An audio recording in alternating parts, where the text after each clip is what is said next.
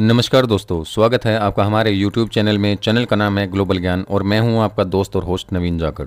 तो दोस्तों, आज की इस एपिसोड में मैं आपको सुनाने जा रहा हूं एकदम सच्चा वाकया जो घटा है गुड़गांव के रहने वाले रवि के साथ में।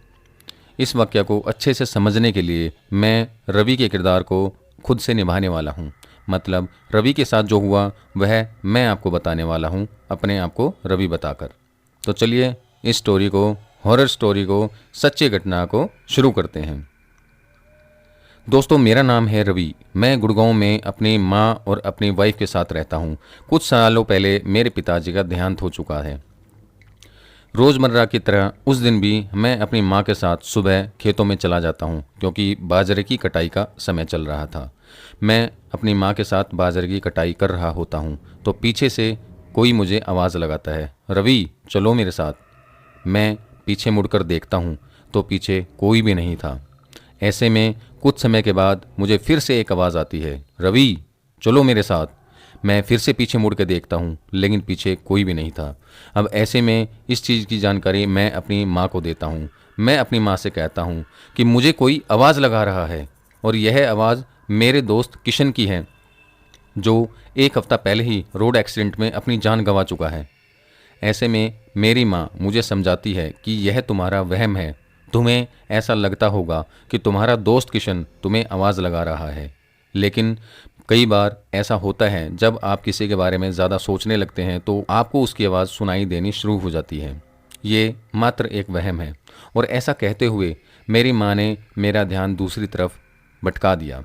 ऐसे में शाम तक हम लोगों ने बाजरे की कटाई की और शाम होने के बाद फिर हम अपने घर पर वापस लौट आए। लेकिन घर लौटने के बाद भी रात भर मैं इस बात के बारे में सोचता रहा कि जो आवाज़ मुझे सुनाई दी थी, रवि मेरे साथ चलो, वह आवाज़ बिल्कुल मेरे कानों में अभी भी गूंज रही थी। और मैं यही सोच रहा था कि आखिर ऐसा कैसे हो सकता है कि मुझे अपने दोस्त की आवाज़ बिल्कुल साफ सुनाई दे रही थी, जबकि एक हफ्ता पहले ही उसकी रोड एक्सीडेंट में मृत्यु हो चुकी थी। उस रोज़ मेरा दोस्त किशन शहर से वापस लौट रहा था और लौटते वक्त वह नशे की हालत में था। लेकिन पता नहीं उस रोज़ क्या हुआ था। शाम के वक्त मेरा दोस्त किशन जैसे ही पीपल वाले चौक के नज़दीक से गुजरा, उसकी बाइक का संतुलन बिगड़ गया और सीधे जाकर उसकी बाइक पीपल के पेड़ में जा टकराई और मौके पर ही उसकी मौत हो गई। यह घटना जिस दिन हुई उस दिन से लेकर आज तक मैं कई बार अपने दोस्त को याद कर चुका हूँ। खैर, वह तो अभी इस समय इस दुनिया में नहीं है, लेकिन फिर भी मुझे पता नहीं क्यों ऐसा लगता है जैसे वो मेरे आसपास ही है और मुझे पुकार रहा हो। चलो, जैसा भी है, किसी तरीके से मेरी रात गुजर जाती है।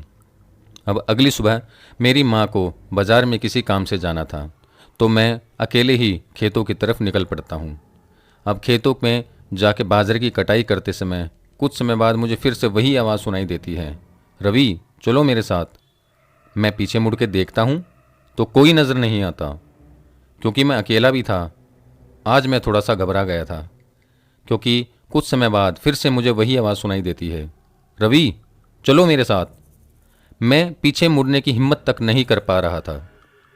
ऐसे में कुछ समय के बाद जब तीसरी बार मुझे आवाज़ आती है, रवि चलो मेरे साथ, मैं पीछे पलटकर देखता हूँ। जब मैंने पीछे पलट के देखा तो मैंने पाया जैसे मेरे सामने खड़ा हो।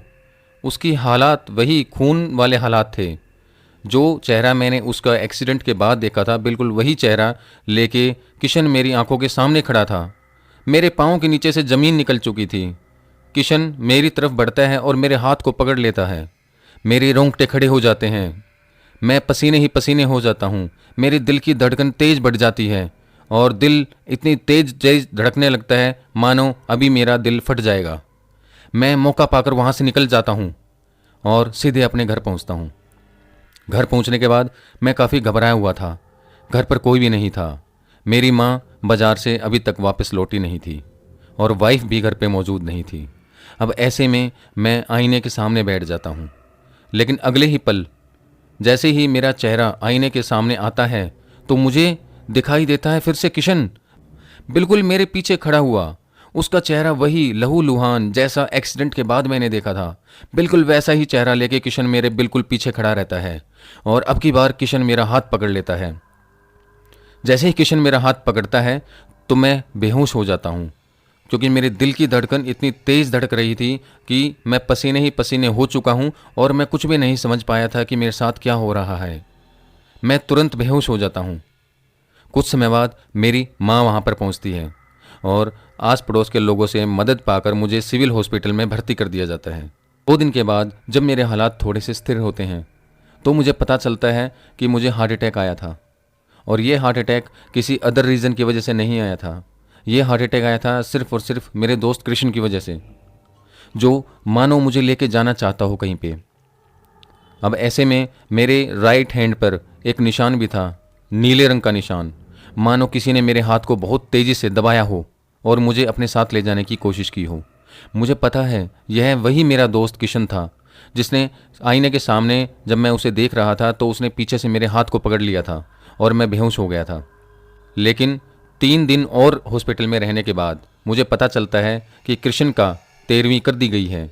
जैसे ही कृष्ण की 13वीं की जाती है उसके बाद मेरी हालत में सुधार होना शुरू हो जाता है, और उस दिन के बाद मुझे यह पता है कि वह कोई और नहीं कृष्ण ही था जो मुझे अपने साथ ले जाने आया था।